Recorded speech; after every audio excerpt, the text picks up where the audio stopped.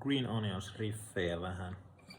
Lähtee tällä tavalla. Soitetaan vaan nämä 3 kieltä, eli siellä on D, G ja H-kielet. Pelkästään 3 kieltä. Ja tästä lähtee 3, 1.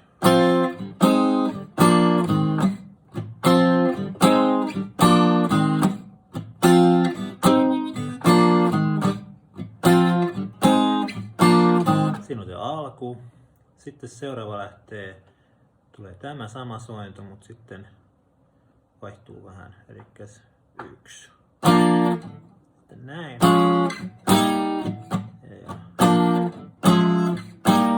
Ja sitten taas takaisin.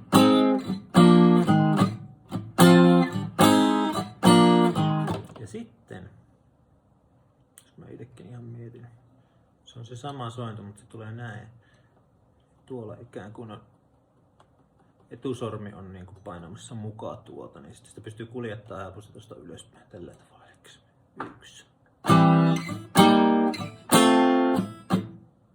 Ja sitten sen perään tulee heti se edellinen, eli tämä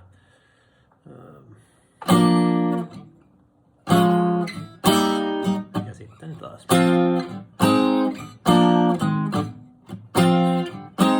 Alusta nyt lähes.